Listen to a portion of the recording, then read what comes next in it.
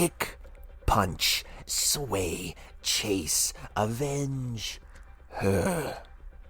The roads have been amusing. Watch who you're talking to. I'm the Punisher. He's a Marvel anti-hero. Yep, he is. I need my new name. The Joker? Better. I like that. It fits. Hang on, I forgot to pick up my niece from kindergarten. Damn it. The Joker, it sounds ludicrous. Can't see for the life of me why anyone wanting to be called that. I need a better name. Something that pierces your soul. The Stingray. No, that's lame, Chad. I've got it. The Chadwicker.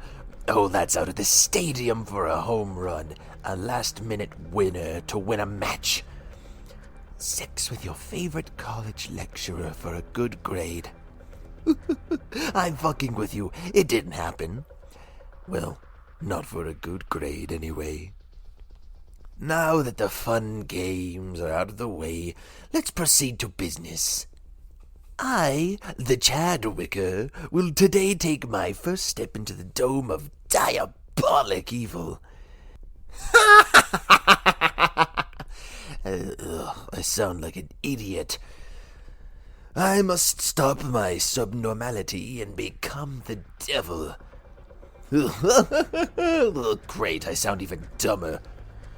Flashback time. She screams. Night after night, she's in my head, asking me to avenge her. I will, Mother, I will, but let's take a quick detour. Someone needs dealing with. Right now. I awaken. My flashback is over. Snow falls. Happy 25th of December, fuckers. Oh yes, we're still on that cuss train. I walk. A woman approaches. She takes out a file and places it on my lap. A car screeches to a halt. She enters it, and she's driven away. I open up the file. Chris Overton. What to do with Chris? How to kill Chris? He's a secret. I've killed no one yet. Chris will be my juicy first. My first taste for blood, he'll be the disease that starts my plague of evil acts. I hope you're laughing along, because that's as funny as I get. Playtime is over. Let me do my research on our friend Chris Overton. I know, what a stupid name to name your kid. On a second thought, my name sounds more stupid, so God only knows what I'm talking about. Focus. Yeah, I need to focus on Overton. Chris Overton. Ooh, it's actually a good name. Strapping. Later, I watch a house. A woman walks out of the house with her daughter. She has bruises on her face. She walks with her head down. Her daughter clings to her leg. I'm not liking this story. The daughter appears to have bruises. My thoughts on not liking this story were correct. This is an ugly picture that needs dealing with swiftly and most urgent. This cannot continue. I wish I could be a saint and let this pass, but I need to murder someone, and today I will accomplish that with Overton Chris. The monster is about to enter into the arena. You better run, because once I have you in my grasp, there won't be any mercy. Chris, your end is close. Your punishment of them is over. With his death, I will be a step closer to avenging her. Let's delve a little deeper and find out more about Chris. Who's this buffoon? Chris Overton, ex-soldier, model party animal, a security guard at Hentro. Well, why does it feel like it's just gotten to be like Christmas and Halloween all rolled into one today? This will be pleasurable. The information I have tells me our soon-to-be murdered chump is back from a tour of some god-forbidden place. Probably shoving his dick towards anyone who needed money. His type always has that same mark on their forehead. Chris is a good man, so his friends claim. He helps with charities. Oh, really? Are they thinking that will change my course of action? Never. Not with a wife, Peter. I don't play with my food. I'm a hungry lion, and my stomach needs lining. My cubs need feeding. My lust for murder needs its consumption. He feeds families at local shelters. I'm sorry, but have we forgotten that he beats his wife senseless? There's no good side to Chris that I wish to see. His course is set. His life, like his ship, will hit an iceberg and sink. Later, I stand listening to a story from a social group as my research into Chris continues.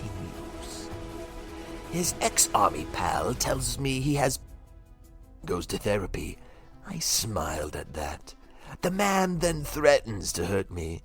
I smiled even harder. He goes to hit me. Duck, rise, punch, avenge her. The man is floored. I have all I need. I walk away and then come back to the man and snapped his hand. I leave as a smile crosses my face. The man is in floods of tears. The Chadwicker strikes again. Let's hope that name's in copyright or we're getting sued in the morning.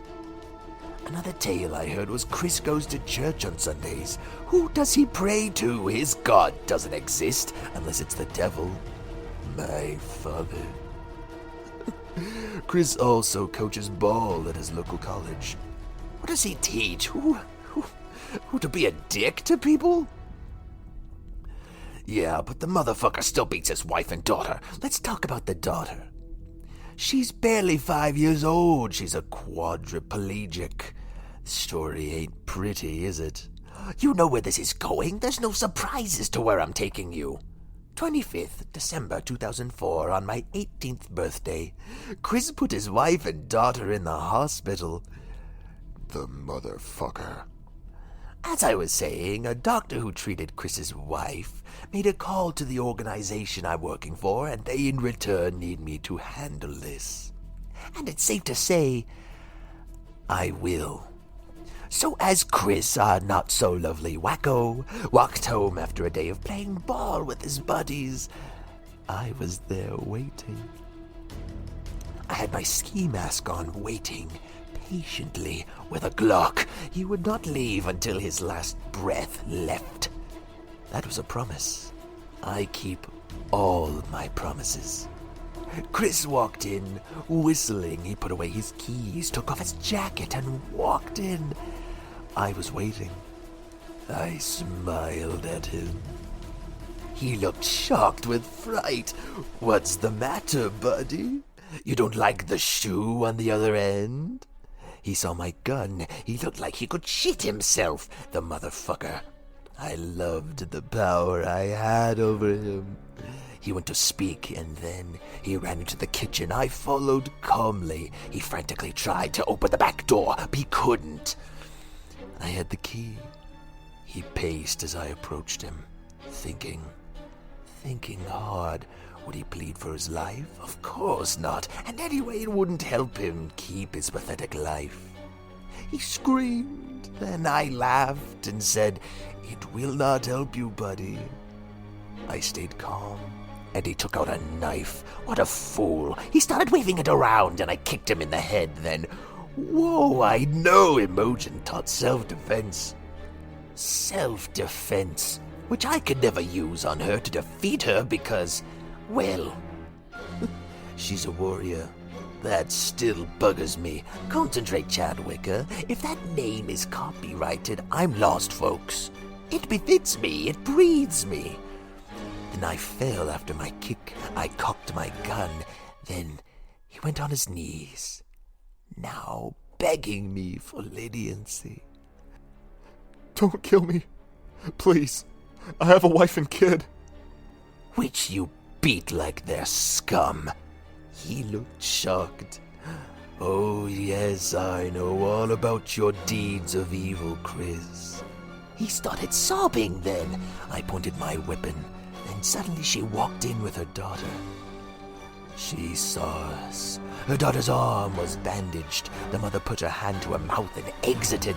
Chris frantically tried to open the kitchen door again. I took the shot. I hit him in the dick. 2 weeks later, Chris, our not-so-friendly soul, is out of the hospital. His wife is now in Canada with her father. We have enough evidence to put Chris away if he ever goes near his wife and daughter again. He got the message. We got the press to run a story on Chris, too. Everyone knows not to approach this man. He's lost everything. We made sure of it. And oh, the story isn't over. The doctors had to remove his dick. Sorry, bud. I had a job to do. And I did it. Okay, technically, I should have killed him, but I didn't. Lucky bastard. Doesn't matter. What does is he won't be going near his wife again or be fucking anyone. His story is done. On to the next victim on the list.